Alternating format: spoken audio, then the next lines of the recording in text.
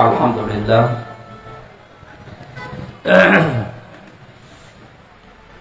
চট্টগ্রাম ধনিয়ালাপাড়া মহল্লা committee কর্তৃক আয়োজিত মহাবিশ্বের মহাবিশ্ব আমাদের মালিকের মুখের পবিত্র বাণী কোরআন কারীম, এ বিশ্বের সর্বশ্রেষ্ঠ নেতা, সর্বশ্রেষ্ঠ মানুষ মুহাম্মদুর রাসূলুল্লাহ সাল্লাল্লাহু আলাইহি ওয়াসাল্লাম, তার জীবনের উপরে আজকের এই আলোচনা অনুষ্ঠান। সিরাতুন নবী সাল্লাল্লাহু আলাইহি ওয়াসাল্লামের পবিত্র মাহফিলের স্বনামধন্য সভাপতি, বিশিষ্ট ইসলামী চিন্তাবিদ, শিক্ষাবিদ, বায়তুল শরফ চট্টগ্রামের শ্রদ্ধাভাজন দায়িত্বশীল পরিচালক পীর সাহেব আলহাজ মাওলানা আব্দুল হাই নরভী দামাত বারকাতুহুমুল আলিয়া, মঞ্চে বসা ওলামায়ে কেরাম, সামনে বসা মুসলমান ভাইরা, পর্দার আড়ালের সম্মানিতা মা এবং বোনেরা, প্রশাসনের ভাইরা, বিশেষ করে যার মাধ্যমে সেই কুষ্টিয়া থেকে পর্যন্ত কোরআনের কথাগুলো বলার জন্যে, বিশ্বনবীর জীবনী থেকে কিছু শোনার জন্য এসেছি, বড় ভাই জনাব জাহিদ হোসেন, সবাইকে নিয়ে আল্লাহর দরবারে শুকরিয়া জানাচ্ছি আল্লাহর গোলাম হিসাবে। আলহামদুলিল্লাহ। দরুদ আর সালাম পড়ছি আমাদের নবী মুহাম্মদুর রাসূলুল্লাহ সাল্লাল্লাহু আলাইহি ওয়াসাল্লামের প্রতি। রাত গভীর হয়ে গেছে, এ সময় মাহফিল শেষ হয়ে যাওয়ার দরকার ছিল। বাংলাদেশ সহ বিশ্বে কোরআনে কারিমের কথা যারা বলে তার ভেতরে অন্যতম এ বাংলাদেশের গর্ব বিশ্বনন্দিত মুফাসসির কোরআন শহীদ আল্লামা দেলাওয়ার হোসাইন সাইদী রহমাতুল্লাহ আলাইহি। উনি সর্বোচ্চ কথা বলতেন, আমরা দেখতাম রাত 10টা 10:30টায় মাহফিল গুলো শেষ হয়ে যেত। আমরা কি তার চাইতে বড় বক্তা হয়ে গেছি যে আমাদের রাত 11টায় আপনারা তোলেন? এই জন্য স্থান কাল পাত্র ভেদে বাস্তবতার সাথে কাজ করা লাগবে। এখন রাত 11টা বাজে, এখন যদি বলেন না এটা দিনের 11টা হবে, হবে আগস্টের 5 তারিখের আগ পর্যন্ত হতো। একটা মানুষকে আমরা দেখতাম, উনি যা বলতো সত্য হোক মিথ্যা হোক ওইটাই। আমার মনে হয় উনি যদি এখন আসতেন আর যদি বলতেন এখন দিনের 11টা, আমরা বলতাম ঠিক আছে। এইরকম একটা অবস্থায় ছিলাম। সাদাকে সাদা বলা, কালোকে কালো বলার যোগ্যতা দেশে আমাদের ছিল না। যাদের ছিল তাদের এই মুখ বন্ধ করে রাখা হতো। সুতরাং আমরা এত রাত পর্যন্ত অনুষ্ঠানগুলো চলা ঠিক না, এইভাবেই মত দেই। আগামীতে কোনো জায়গায় অনুষ্ঠান হলে সর্বোচ্চ রাত 10টা 10:30টায় শেষ করে দেবে। সামনে মাসের অক্টোবরের 3 তারিখে বাংলাদেশ জামাতে ইসলামী চট্টগ্রাম জেলা এবং ইসলামী ছাত্র শিবির চট্টগ্রাম মহানগরী যারা দায়িত্বে আছেন, ওনারা সিরাত অনুষ্ঠান একটা নিয়েছেন আমার লালদিঘি ময়দানে। ওনারা রাত 9টায় তুলবে, 10টা 10:30টায় শেষ হয়ে যাবে ইনশাআল্লাহ। 8:30টায় 8:30 থেকে 9:30 বা 10টায় আমরা শেষ করে দেব। ওই রকম অনুষ্ঠান সাজাবেন, তাহলে আমি আসবো। আর এই পর্যন্ত যদি করেন যে তুলবেনই রাত 11টায়, তাহলে আমার আগে থেকে মানা করে দেবেন। আমার তো আরো কাজ কাম আছে, শরীর টিকছে না। আপনারা জানেন আমি 3টে বছর জেলখানার ভেতরে ছিলাম বিনা কারণে, কিছুই জানি না। আলহামদুলিল্লাহ কয়েকদিন আগে আমার মামলা সব খারিজ হয়ে গেছে। যিনি জজ ছিলেন মামলার কপি হাতে নিয়ে বলছে আমি কি দেখে রায় দেব, এর ভেতরে কোনো তো মাল নেই, সব বাদ দিয়ে দিলাম। উনি এতদিনও এই মামলা হাতে ছিল কিন্তু রায় দিতে পারেনি, খারিজ করে দিলাম এ কথা বলতে পারেনি, কারণ ওনার হাত বাঁধা ছিল। বৈষম্য বিরোধী ছাত্র আন্দোলনে যে 9টা দফা আছে তার ভেতরে অন্যতম দফা এই যে আমরা এদেশে কারো হাত বাঁধা দেখতে চাই না, আমরা চাই সবার হাত খোলা থাকবে। আপনারা জানেন এদেশে 1628টা মানুষ দায়িত্ব পালন করে মেন ভাবে, এই যে এরকম চেয়ার 1628, কত এর ভেতরে 1627টা চেয়ারের হাত বাঁধা ছিল, শুধু যিনি হাজী সাহেবা ওনার হাতটা খোলা ছিল। যেহেতু হাত খোলা ছিল যখন যা মনে করতো তাই করত, আর বাকি সে কাওয়া কাকু থেকে শুরু করে এই হাসাও মাহমুদ পর্যন্ত আর আমাদের কুষ্টিয়ার হানিফ সহ যারা এই দেশের চেয়ারে ছিল সব যাই বলেন সব চাপার উপরে। এইটাই বাস্তবতা, আপনি মন খারাপ করেন আর মন ভালো করেন, এইটাই বাস্তবতা ছিল। ওনাদের সবার হাত বাঁধা ছিল, কি ছিল? যেহেতু এখন হাত সবার খোলা হয়ে গেছে, আমরা চাই কিয়ামতের আগে দেশে যেন কারো হাত আর বাধা না থাকে। যারা যেখানে দায়িত্ব পালন করবে হাত খোলা অবস্থায় শহীদ আবু সাইদের মতো যেন হাত মেলে দিতে পারে ইনশাআল্লাহ। দল মত জাতি বর্ণ ধর্ম নির্বিশেষে এই অনুষ্ঠানটা আজকে শুধু বাংলাদেশ জামাত ইসলামী আর ছাত্র শিবিরের না, সবার জন্য। হাযা বায়ানুল লিন্নাস হুদাল লিন্নাস, কোরআনে কারীম যেমন সবার জন্য, আজকের এই আলোচনা হবে সবার জন্য। গত কয়েকদিন আগে দিনাজপুর শহরে 10 জন মানুষ মুসলমান হয়েছে এক স্টেজে আমার কাছে। কোরআনে কারীমের আলোচনা তাদের কাছে ভালো লেগেছে, তারা পছন্দ করেছে, আর আল্লাহ পাক হেদায়েত দিয়েছে। আমরা যেন ওই রকম নিয়ত নিয়ে শুনি যে আমরা যেন হেদায়েত যা পেয়েছি আরো উপরে যেতে পারি, নাকি? আমার মতো আপনার মতো কোরআনে কারীম শুনেছিল আব্দুল্লাহ বিন ওবাই, কিন্তু হেদায়েত পায়নি, বলেন না কেন? তারও আমার মতো দাড়ি ছিল, জব্বা ছিল, পাগড়ি ছিল, হাতে তসবিহ ছিল, নবীর পেছনে নামাজ পড়তো। আপনি নামাজ পড়েন হয়তো বাইতু শরফে, সে নামাজ পড়তো কাবা শরীফে আর মসজিদে নববীতে। সে নবীদের সাথে ইফতারি করতো রোজাকা অবস্থায়। কোথায় পৌঁছিয়েছিল বলেন তো? তো হেদায়েত পায়নি। মারা যাওয়ার পরে তার জানাজার নামাজ পর্যন্ত রাসূলুল্লাহকে আল্লাহ পড়তে দেয়নি। ও বলছে সুবহানাল্লাহ। কোন এলাকায় আসলাম? এটা লোকের জানাজার নামাজ পড়তে দিচ্ছে না, যদি সুবহানাল্লাহ বলে। এখানকার শ্রোতা তো মনে হচ্ছে সেরকম মানের শ্রোতা না, এরা তো কখন সুবহানাল্লাহ কখন নাউজুবিল্লাহ। এক লোকের কাছে দোকানে যে লোকজন বলছে, চাচা আপনি চা খান, আপনার ছেলে তো A+ পেয়েছে, বলছে নাউজুবিল্লাহ। অন্তত সেরকম করছে, একটু বুঝে শুনে বলবেন। মসজিদে নববীতে নবীজি বসা 22 জন সাহাবী নিয়ে। কতজন? একটা ছোট্ট বাচ্চা আসলেন, ডাক দিয়ে বলেন, হে রাসূল, আমার বাবা মারা গেছে, আপনাকে 2টা কথা জানাতে বলেছে আমার বাবা। 1 নম্বরে আপনার জুব্বা খুলে দেবেন আমার বাবার জন্য, আমি কাফনের কাপড় বানাবো। 2 নম্বরে আপনি আমার বাবার জানাজা পড়ে তাকে কবরে রাখবেন। নবীজি বললেন ঠিক আছে চলো। 21 জন দাঁড়িয়ে গেছে, 1 জন বসে আছে, হযরত ওমর রাদিয়াল্লাহু তাআলা আনহু। উনি নবীজির জামা টেনে ধরলেন। খুব খেয়াল করে শুনবেন, বাস্তবতার সাথে এই 1500 বছর পরেও মিলে যাবে ইনশাআল্লাহ। নবীজি ডাক দিয়ে বলেন, ওমর জামা ছেড়ে দাও।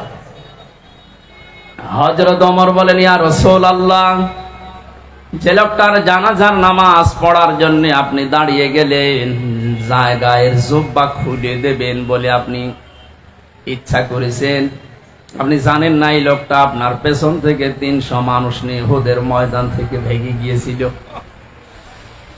আপনি শিশুর মতো ক্রন্দন করেছিলেন ওই দিন, আপনি দয়া করে জামা দেবেন না।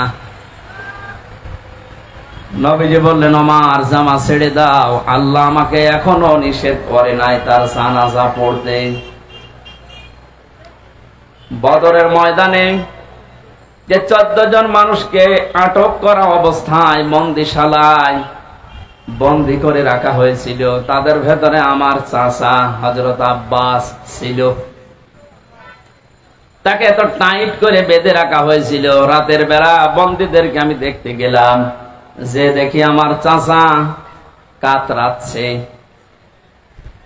তুমি আমার ডান দিকে ছিলে, আব্দুল্লাহ বিন উবাই যে মারা গেছে ও আমার পেছনে ছিল বাম দিকে। আমার চাচা আর এই অবস্থা দেখে নিজের জামা ওই দিন খুলে আমার হাতে দিয়েছিল, হে রাসূল এটা আপনার চাচাকে দেন। যেহেতু দুনিয়াতে আমার চাচার একটা উপকার করেছে লোকটা, কিয়ামতের ময়দানে হয়তো এ দাবি তুলতে পারে, এজন্য আমার জামা দিয়ে ওরে আমি শোধ করে দিলাম। ওর কাছে আমি কোনো ঋণ থাকলাম না, দেন জামা দিয়ে দেন। 22 জনের 21 জন সহ তার সন্তান ওই যে আব্দুল্লাহ, তাকে সহ যাচ্ছেন। বিশ্বনবী জানাজার নামাজ পড়ানোর জন্য কাতার সোজা করে দাঁড়িয়েও গেছেন। শুরু করবেন জানাজা, হঠাৎ জিবরাইল এসে বলেন, হে নবী দাঁড়ান।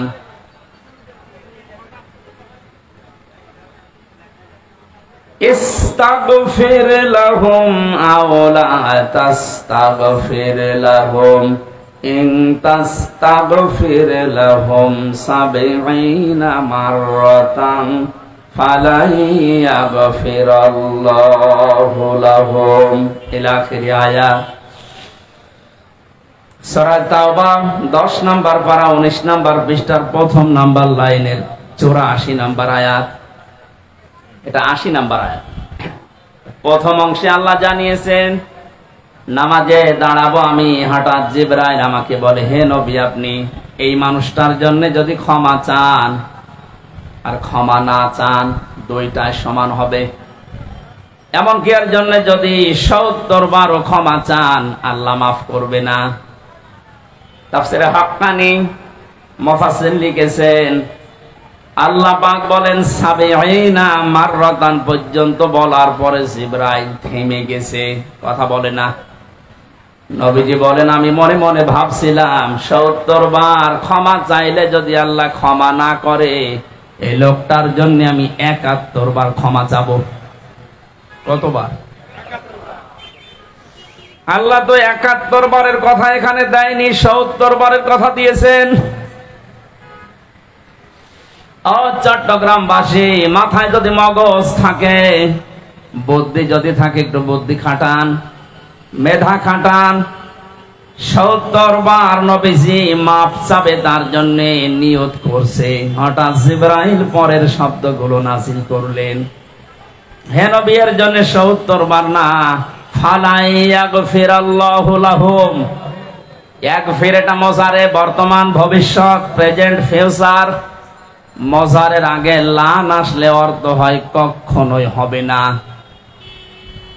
হে নবী আপনি এর জন্য শুধু না, এই যে মাঝখানে ফা আছে আর শেষে আছে হুম। আজকের এই দিন থেকে কিয়ামত পর্যন্ত এই লোকটার মতো চরিত্র যারা দুনিয়াতে বানাবে তাদের জন্য 70 বার 71 বার না, কিয়ামত পর্যন্ত যদি আপনি নবী হয়েও মাফ চান আল্লাহ মাফ করছে না, করবে না। আল্লাহ এখানে সরাসরি যদি আব্দুল্লাহ বিন উবাই এই শব্দটা দিয়ে দিত তাহলে আয়াতটা আমি পড়তাম না। যেহেতু হোম দিয়েছেন, এটা জমির বহুবচন, এই হোমের ভেতরে উবাই যেমন আছে, কিয়ামত পর্যন্ত ওর চরিত্র দুনিয়ায় যারা ধারণ করবে তারাও আছে।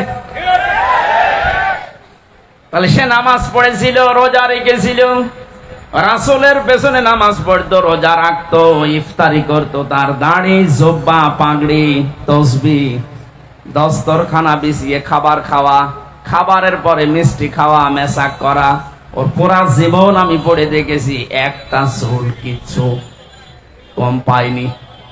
খালি একটা বিষয়ের বিরোধিতা ছিল, দিন এই জমিনে কায়েম হোক, ও এটা চাইতো না।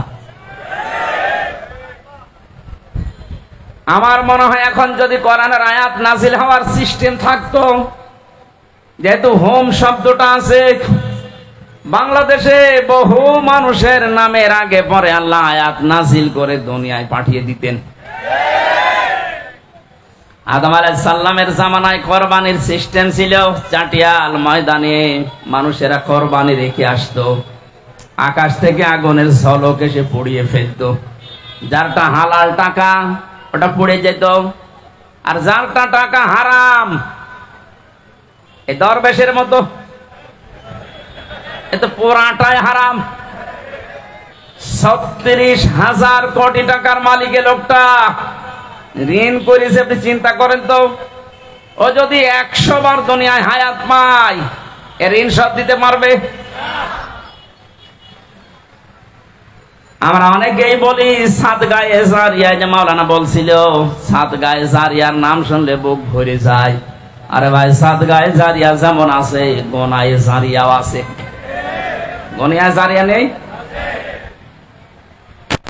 এই লোকটা কত মানুষের টাকা আত্মসাৎ করেছে বলেন এবার। যতদিন পর্যন্ত এই বাংলাদেশ থাকবে, ও হয়তো মারা যাবে আর ৫-৭ বছর ১০ বছর পর। যত মানুষের টাকা মেরে খেয়েছে, আত্মসাৎ করেছে, তাদের সন্তানাদি আসবে, তারপরে তার সন্তান পরবর্তী প্রজন্ম আসবে, ওর নাম শুনলে গালি দেবে যে হারামি দরবেশ। বলছে হারামি, ওর দাড়ি কাটার দিনই আমি বুঝে ফেলেছি।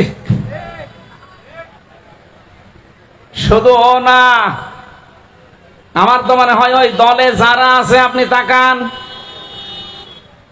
এদের যে দাড়ি, এদের যে টুপি, এদের যা, এগুলো সব মেকি মানুষ দেখানো ছাড়া কিচ্ছু না। এটা একটা মানুষ এত সুন্দর সাদা দাড়ি কেটে ফেলতে পারে? ওর যা চেহারা সুরত হয়েছিল, ওর বউ পর্যন্ত মনে হয় চিনা সম্ভব না।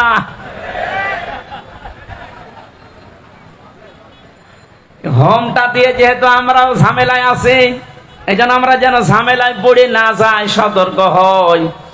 এই বাংলাদেশে যারা দিন কায়েম করতে চায় না, যারা বাধা দেয়, তারা কাফের, আর যারা সাপোর্ট করে না, তারা মুনাফিক। আব্দুল্লাহ বিন উবাই সরাসরি দিন কায়েমে ছিল না, ও বাধা দেয়নি, কিন্তু সরাসরি সাহায্য না করে এটা যেন কায়েম হতে না পারে, তাদেরকেও সাপোর্ট করত। এর সাথে এবার আপনি জীবন মিলাবেন। দিন কায়েম নিজে করেন না, এই জমিনে দিন কায়েম হোক, আল্লাহর দিন, এটা আপনি চান না, চেষ্টা নেই। যারা করছে আপনি তাদের বাধা দিচ্ছেন এবং সাপোর্টও করেন না তাদের। এবং যে মানুষগুলো দিন কায়েমের বিরুদ্ধে আছে, আপনি তাদের তলে তলে সাপোর্ট করেন। কথা বললেন না কেন? এই আচরণ যারা করছেন, তারা যদি মনে করেন আমি তো নামাজ পড়ি, রোজা রাখি, হজ করে এসেছি, এরপরও আল্লাহ আমারে মাফ করবে না, মানে হ্যাঁ, শোনেন এবার সূরা আরাফ ৮ নাম্বার পারার ২০ নাম্বার পৃষ্ঠার ৩ নাম্বার লাইনের ৮৩ নাম্বার আয়াত সূরা আরাফের।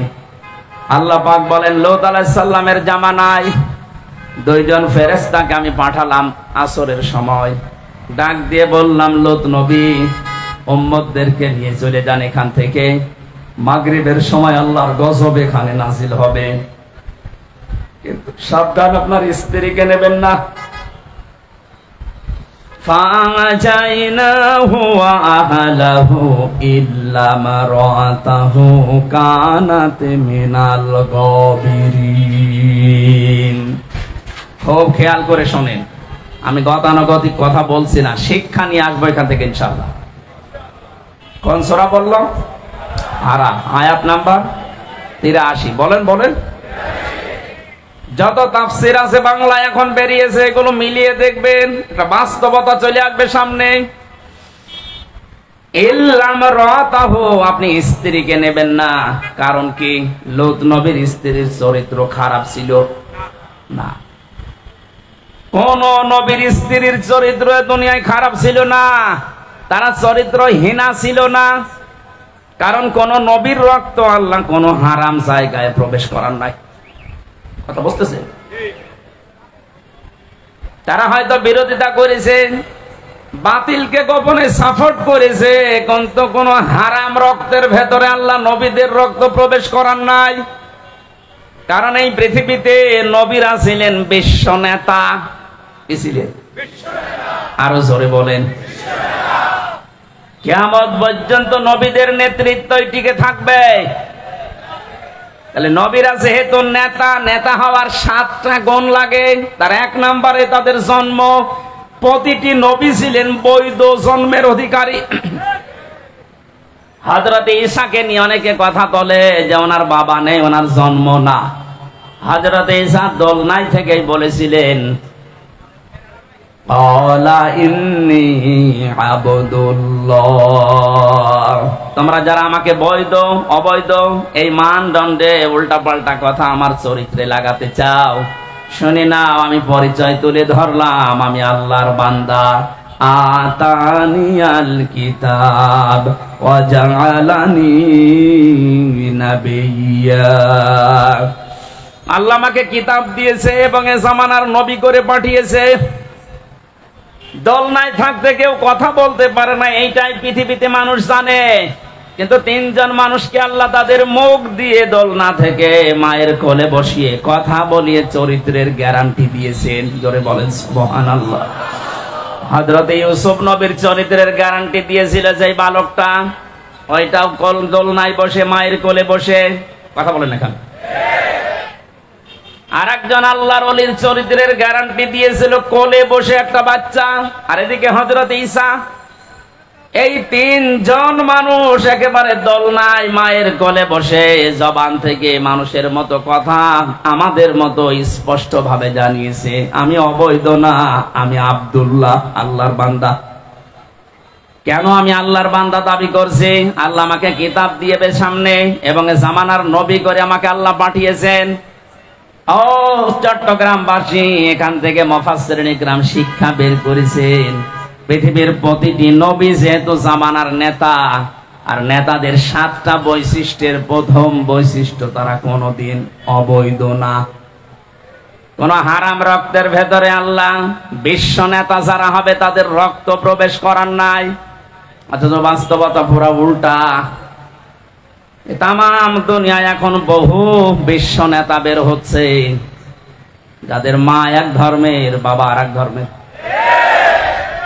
এটা জোরে বলার দরকার। এটা কি বোঝেন আপনি? আন্দাজে দাবি করলেই হবে যে বিশ্ব নেতা? আপনি তার জীবনী পড়ে দেখেন তো। আপনি হাঁটছেন মানে বুঝে ফেলেছেন? হ্যাঁ, আপনার অত বোঝার দরকার নেই। আমি কি এটা বানালাম বলেন তো? তার জীবনী পাওয়া যাচ্ছে, পড়েন। আমার ফাঁসি চাই এই বইটা একটু কেনেন। তার মা কোনটা, বাবা কোন ধর্মের আপনি দেখতে পাবেন। তার ছোটবেলার নাম কি সেইটাও আপনি দেখতে পাবেন। বিশ্ব নেতা হয় কি করে বলেন তো? 7টা কারণ পেয়েছি সূরা ইয়াসিনের তাফসীর পড়তে গিয়ে। ওখানে প্রথম নাম্বারে বিশ্ব নেতা যারা দুনিয়ায়, আল্লাহ পাক তাদের রক্তকে কোনো হারাম রক্তে ঢোকান নাই। হযরত লূত নবীর স্ত্রীর চরিত্র খারাপ ছিল না, সে বেশ্যা ছিল না, সে চরিত্রহীনা ছিল না, সে জেনা ব্যভিচার করে নাই, সে ভালো মানুষ। কিন্তু তলে তলে চরিত্রহীন যারা তাদেরকে সাপোর্ট করত। কথা বলে না কেন? আপনি বলেন তো এই আয়াত থেকে কি পেলেন? নিজে ভালো মানুষ, নিজে নামাজ পড়ে, রোজা রাখে, দাঁড়িয়ে আছে, জুব্বা আছে, হজ করে আসে, নিজের বউ পর্দায় থাকে, কিন্তু তলে তলে এমন মানুষকে সাপোর্ট করে যার চরিত্র ভালো না। এরকম মানুষের দেশে নেই? যারা ইসলামী শিক্ষাকে ধ্বংস করে খ্রিস্টান, ইহুদি এবং হিন্দুদের শিক্ষা ব্যবস্থা জারি করার চেষ্টা চালিয়েছিল, তাদেরকে আপনি সাপোর্ট করেন, তাদেরকে সমর্থন জানান, তাদেরকে মহব্বত করেন, ভালোবাসেন। আর আপনি বলেন আমি নামাজ পড়ি, রোজা রাখি, হজ করে এসেছি, আপনার অবস্থাও লোক নবীর স্ত্রীর মতোই হবে। আমি এর চাইতে নিচে নামতে পারলাম না। সুতরাং এর পরও যদি কেউ না বোঝার ভান করে থাকেন, ওটা আপনার উপরে ছেড়ে দিলাম। আমি যে কথাটা তুলতে চেয়েছিলাম এখানে, এই যে লোকটার নাম বলছিলাম, আল্লাহ পাক যদি শুধুমাত্র এর জানাজা পড়তে নিষেধ করতেন, কবরের পাশে দাঁড়িয়ে দোয়া করতে নিষেধ করতেন, তাহলে নামটা সরাসরি কোরআনে আল্লাহ দিয়ে দিতেন। ওর নাম আল্লাহ না দিয়ে জমির দিয়েছেন হোম। তার মানে কিয়ামত পর্যন্ত আয়াতটা থাকবে, ওর মতো চরিত্র দুনিয়া যাদের হবে তাদেরও জানাজা পড়া কবরে দেওয়া জায়েজ নেই। জেলখানাতে আমার সাথে মাওলানা মামুনুল হক 3 বছর আমার পাশের রুমে ছিলেন। এক জায়গায় সকালের আর দুপুরের খাবারটা আমরা খেতাম। মাঝে মাঝে আমারে বলতো, হামজা বাইরে যদি যেতে পারি জীবনে কোনোদিন কাফেরদের জানাজা পড়াবো না। বলতাম, ভাই আপনি কাফের পাচ্ছেন কোথায়? কাফের নেই মানে? আমরা এখানে অনেকেই যারা বসে আছি, অজু করলে অজু ভেঙে যায় 7টা কারণে, এটা অনেকে জানি, জানেন না? নামাজ পড়লে নামাজ ভেঙে যায়, নষ্ট হয়ে যায় 19টা কারণে, এটা জানেন তো? আমাদের যে ঈমান এনেছি, ঈমান যে ভেঙে যায় 10টা কারণে, আমার মনে হয় অনেক মানুষ জানেই না। ঈমান ভেঙে যায় কোন কারণে? এই পৃথিবীতে কাউকে যদি কেউ আল্লাহর ঊর্ধ্বে মনে করে, তার ঈমান ভেঙে যায়। আজ যারা শিরিক করে, বেদাত করে, ওদের ঈমান ভেঙে গেছে এই কারণে, কারণ ওরা আল্লাহর রাসূলকে আল্লাহর উপরে তুলে ফেলেছে। এক কথা বলেন না কেন? যেখানে যার স্থান আপনি ওই জায়গায় রাখবেন। আল্লাহর উপরে রাসূলকে তুলে ফেলেছেন, এই জন্য আপনি শিরিক করছেন, বেদাত করছেন, আপনার ঈমান ভেঙে গেছে। আপনার দাড়ি হয়তো আমার মতো আছে, জব্বা আছে, কিন্তু আপনার ঈমান নেই, আপনার ঈমান ভেঙে গেছে। 2 নম্বরে দুনিয়ায় আমরা দেখলাম এই 15.5 বছরে একটা মানুষকে উপরে তোলার জন্য এত জিকির করা, এত আলোচনা করা হয়েছে। আমার মনে হয় এত জিকির যদি আল্লাহর আমরা করতে পারতাম, আমরা আল্লাহর ওলি হয়ে যেতাম। কি হইলো বলেন তো এই 15.5 বছরে? আল্লাহ বলেছিলেন কালিমাতুল্লাহি হিয়াল উলিয়া, আমার কালেমা থাকবে সবার উপরে। অথচ এই 15.5 বছরে দেখলাম না, আল্লাহু আকবার নেই, লা ইলাহা ইল্লাল্লাহ নেই, উপরে আছে অন্যজন। আল্লাহ এত বেশি রাগান্বিত হয়েছিলেন, সমলে ধ্বংস করে দিয়েছেন। এখন প্রধান উপদেষ্টার পেছনে লেখা দেখেছেন, মাথার উপরে লা ইলাহা ইল্লাল্লাহ মুহাম্মাদুর রাসূলুল্লাহ। আমরা এইটাই চাই, কথা বলেন না কেন? শুধু এইটা না, বাংলাদেশের যে সমস্ত বিশ্ববিদ্যালয় থেকে মনোগ্রামে ইকরা বিসমি রাব্বিকাল্লাযী খলাক, ইন্নাদ-দীনা ইনদাল্লাহিল ইসলাম, এগুলো বাদ দেওয়া হয়েছে। আমরা চাই এগুলো আবার পুনরায় ওখানে সংযোজন করাবো। হ্যাঁ, দাবি করেন না? এটা কি দুনিয়ার কোন মানুষের দাবি? কেন মানুষের দাবি না? বিশ্বনবী যেই দিন নবুয়ত পাবেন, ওই দিন তাকে জিবরাইল এসে বলেছিলেন ইকরা, তিনি বললেন আমি পড়তে পারি না। দ্বিতীয়বার যখন বললেন ইকরা, বলেন না মা আনা বিকারি, আমি জানি না পড়তে। তৃতীয়বার যখন গম বুকে চাপ দিয়ে বললেন ইকরা বিসমি রাব্বিকাল্লাযী খলাক, নবীজি পর শুধু পড়েন নাই, 5টা আয়াত পড়েছিলেন। আমি আবার বলছি, গতানুগতিক কথা আমি বলি না, এখান থেকে শিক্ষা আছে 5টা।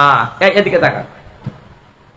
1 নম্বরে জিবরাইল বললেন, এতক্ষণ বারবার বলি যে পড়েন পড়েন পড়েন, আপনি পড়েন না।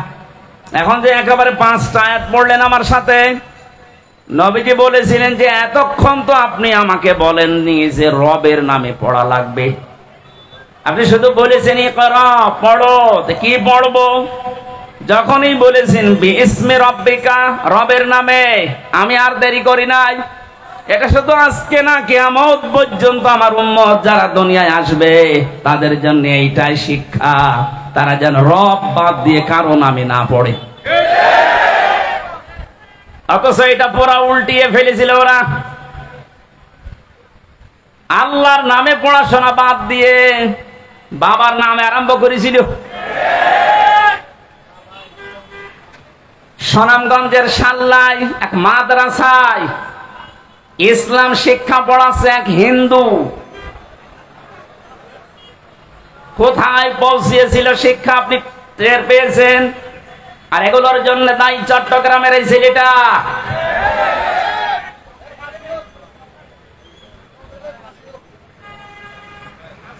কোথায় পাঠিয়েছে আমাদেরকে শিক্ষায়, যেখানে নবীজি নবুয়ত পাওয়ার প্রথম তিনি বললেন না আমি কি পড়বো, আপনি তো এতক্ষণ পর্যন্ত রবের নাম বলেননি। রবের নাম বলার সঙ্গে সঙ্গে আমি পড়েছি। সুতরাং আমার উম্মতেরা যেন এটা কিয়ামত পর্যন্ত মনে রাখে যে রব ছাড়া পড়া জায়েজ নেই। রব বাদ দিয়ে যদি পড়া হয় ওটা পড়া হবে ঠিক, কিন্তু ও পড়ায় মানুষ হবে না। আমি এই যে এই চোখে দেখেছি, বিশ্ববিদ্যালয় থেকে অনার্স মাস্টার শেষ করে বের হয়ে যাবে কয়েকদিন পর, শিক্ষক ক্লাস নিচ্ছে, জুতা দিয়ে পিটাচ্ছে ছাত্র, বলছে শালা তোরে মেরেই ফেলবো। শিক্ষক বলছে বাবা তুই আমারে মাফ কর, জীবনে আমি আর ক্লাস নেব না। বলে না তোরে মেরে ফেলবো। এটা ছাত্র, এটা কি? আমি তোকে এইটাও দেখেছি যারা বিস্মি রব্বিকাল্লাযী খালাক রবের নামে পড়া আরম্ভ করে, বয়স মাত্র 6.5-7 বছর, শিক্ষক অজু করছে, ছাত্র পায়ে পানি ঢেলে দিচ্ছে। ওইটাও তো ছাত্র, ওটা মাস্টার্স করছে, আর এটা কেবল শুরু করেছে ইকরা বিস্মি, এটাও ছাত্র। রবের নামে পড়া আর রবের মায়েরে পড়ার পার্থক্য দেখলেন? আহ্বান জানাবো এখন থেকে আপনার ছেলে হোক আর মেয়ে হোক 3টা বছর অন্তত যেখানে রবের নামে পড়ানো হয় 3 বছর পড়াবেন। এরপর আপনি যেখানে দেবেন ইচ্ছা দেন, আমি নিষেধ করি না। 2টা গ্যারান্টি দিয়ে গেলাম, কোনদিন এই ছেলে মেয়ে নেশা করবে না। কোনদিন আপনার এই ছেলে মেয়ে আপনাকে বৃদ্ধাশ্রমে রেখে আসবে না। আর যারা রবের নামে বাদ দিয়ে বাইরের নামে পড়ে, তাকান তাদের চরিত্রের দিকে। শিক্ষক ধরে যারা পিটাতে পারে ওরা বাবা মাকে পিটাবে 1 আর 2।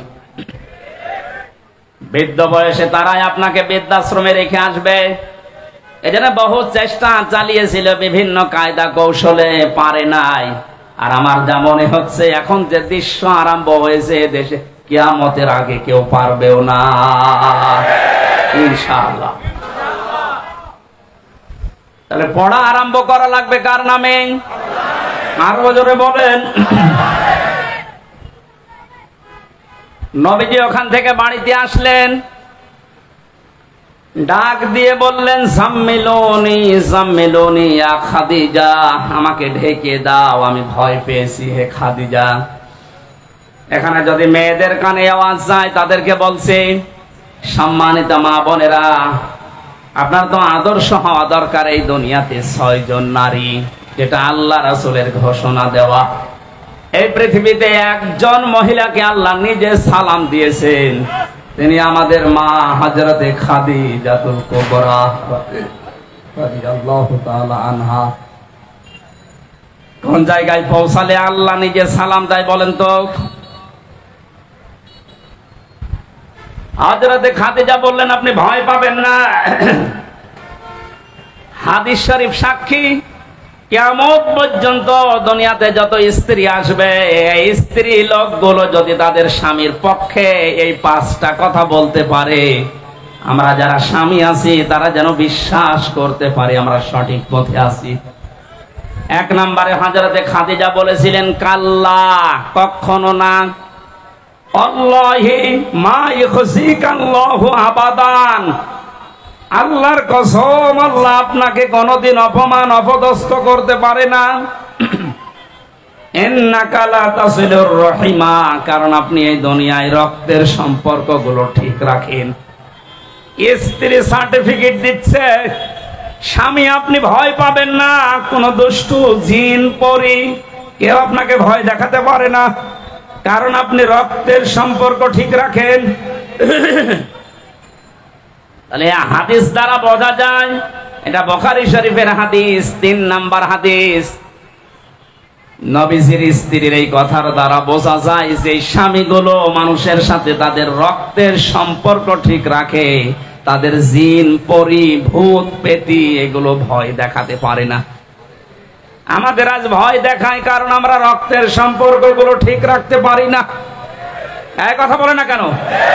নিজের আপন বোন গরিবের জন্য খবর নেয় না, ধর্ম বোন পাতিয়েছে ফেনীতে মাসে 3 বার করে যায়। বেশি বলে ফেললাম? সম্মানিত মা বোনেরা, যে পয়েন্টটা বললাম প্রথমে, এটার জন্য আপনিও দায়ী। খাদিজাতুল কুবরা সারা জীবন তিনি জানিয়েছেন, হে নবী আপনি যাই করেন আপনার রক্তের সম্পর্ক যাদের যাদের সাথে আছে এইগুলো আপনি অটুট রাখেন, ঠিক রাখেন। আমরা এমন বউ পেয়েছি রক্তের সম্পর্ক ঠিক রাখার জন্য তাকিদ দেওয়া দূরের কথা, আরো যেন নষ্ট হয় সেই কাজ করে। অনেক স্ত্রী আছে তার কারণে আমি আমার ভাইয়ের সাথে, বোনের সাথে, ফুফুর সাথে, চাচার সাথে, মা বাবার সাথে সঠিক সম্পর্ক রাখতে পারি না। এরকম বউ দেশে নেই? কার বউ এরকম? হাত তোলেন তো। না, আন্দাজে বলবেন না ভাই। মেয়েদের উপর আন্দাজে দর দিচ্ছেন মানে? এরকম বউ তো চট্টগ্রামে থাকার কথা না। সম্মানিত মা বোনেরা, আলহামদুলিল্লাহ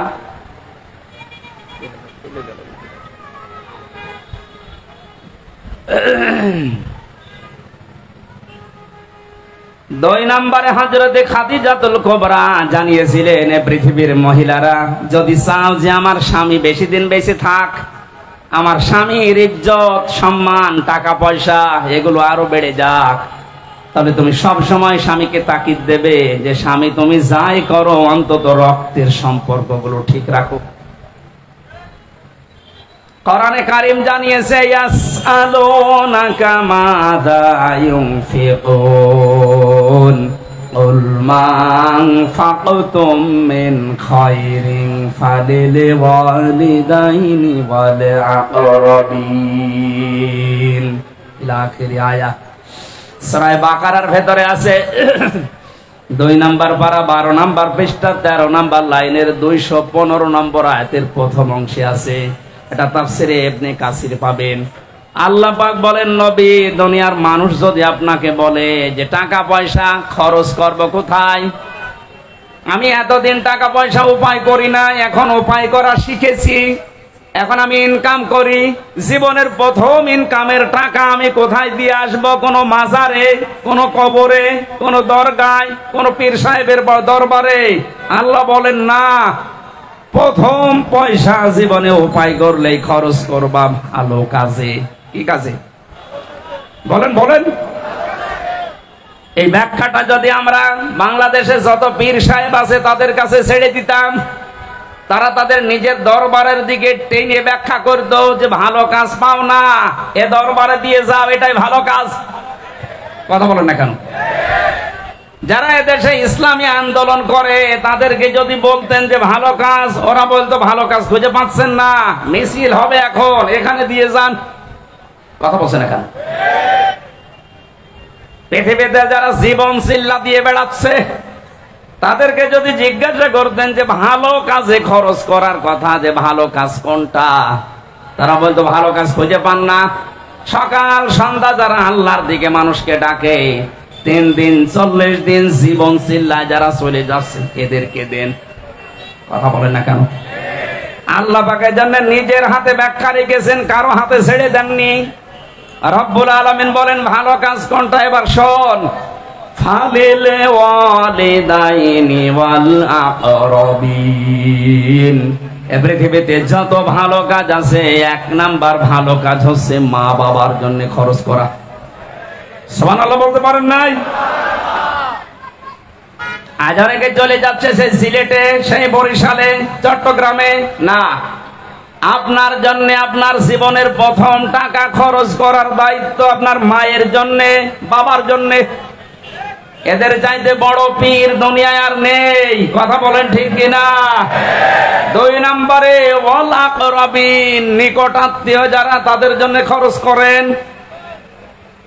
কোরআন আমাদেরকে যেটা জানিয়েছে তার বাইরে যদি আমরা ইসলাম মানতে যাই, ওটা ইসলাম হবে না বেদাত হবে? আল্লাহ আমাদেরকে বাঁচান, বলেন আমিন। কি বৃষ্টি হচ্ছে? হ্যাঁ,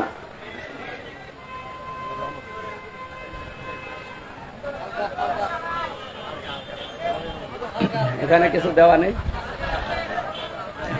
পুরাটা দেওয়া আছে। আর আমার মনে হয় এই মানুষগুলো ভেতরে ঢোকা যেত না, বাইরে তো বৃষ্টিতে ভিজছে, এভাবে তো হবে না ভাই। না, এক কাজ করেন, আমি সবাই দাঁড়িয়ে পড়েন, সবাই দাঁড়ান, ওনাদের ভেতরে ঢুকতে দিন। কি করবেন এখন?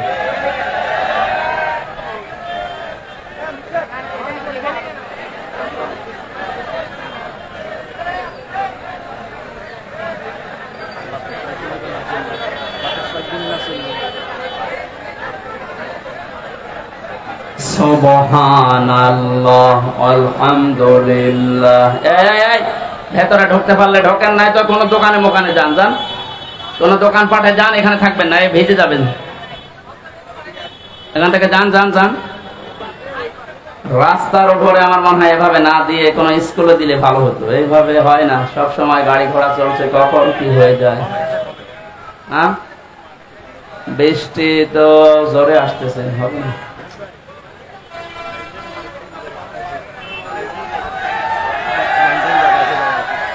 এই যে ব্যাংকারে কি এই বাংকারের জায়গা আছে? এই যতটুকু ঘেরা আছে এখানে অন্তত পানি পড়বে না, অপরের ত্রিপল দেওয়া আছে। ভেতরে আসেন, আরো ভেতরে আসেন।